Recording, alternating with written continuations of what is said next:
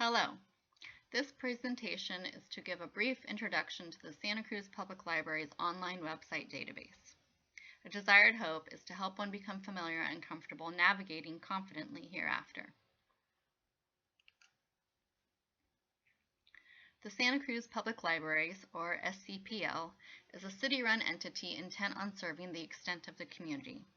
Though there are 10 physical locations, only 5, shown in the blue font, are open for limited services. Some of these services include grab and go for requests and holds, book drop-off returns, and free parking lot Wi-Fi. The other locations are closed, shown in the red font, due to reasons including the current COVID-19 pandemic, as well as remodeling and renovations. Hopefully the community will soon see the day all 10 locations are open and accessible to the public. However, it is during these times that the online database services are more important than ever. There are still numerous ways for an individual to access material information and informational resources, whether they are a card-owning patron or not. The database makes every effort to be readily available and appeal to the interests of the greater community with a demographic that includes adults, teens, kids, incarcerated, homeless, and the Spanish-speaking community, with a number of Spanish materials as well as much of the online message content offering translation. Examples of this can be seen on the home page, where a few important messages are presented in both Spanish and English. When exploring the home page, one can get a sense of the content offered. Some key points are highlighted by number for further explanation. Beginning with point number 1 on the first picture, general concerns that may arise regarding the organization and related essentials are addressed in a familiar format with a few menu options, including location and hours, a calendar indicating information on upcoming events, how to get a library card, contact information, and a quick link to a personal library account. Point number 2 expands available content with an additional menu including familiar terms related to such an organization.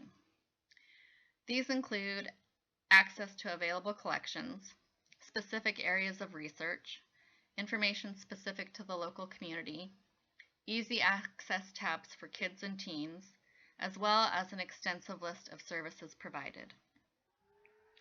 Point 3 highlights the search bar, where an individual may choose between a specific catalog or the website in general.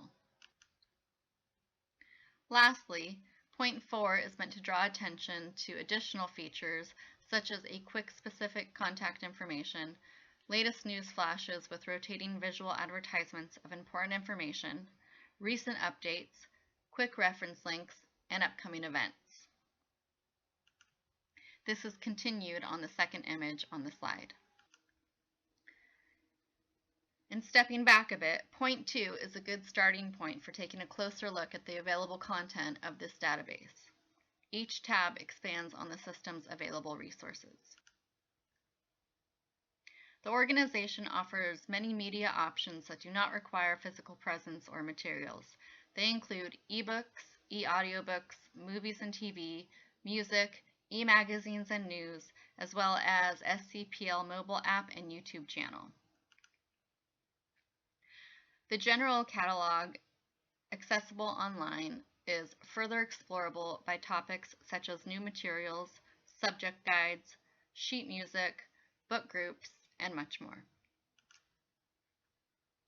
Their research tab includes such resources such as law, genealogy, online learning, homework help, and many others.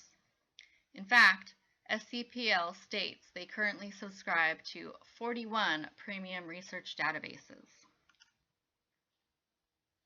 There is extensive information on local content, from history to business and music, endangered species and local authors, as well as earthquake epicenter information and more.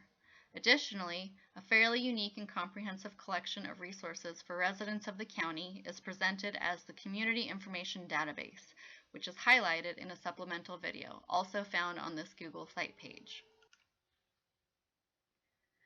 Special pages were created to cater to the teens and kids of the community, addressing topics uniquely relevant to each. For example, the teen page features homework, self-help, practice tests, and topics just for fun. The kids page features story time, fun and games, resources for teachers and parents, as well as a fish cam, where there is a live video feed of the fish tank located in the downtown branch that can be accessed 24/7, although the lights do go out in the facility at night. The final tab in the resources menu is that of services offered by the organization, and they are extensive. Some particularly worth noting include services for persons with disabilities, Veterans Connect at the library, Life Literacy Center, and digital learning, just to name a few. A last feature worth mentioning is that of additional tutorials provided by the organization. The page can be found by typing tutorials into the site search or on the left side of the catalog page under My Account Tutorials.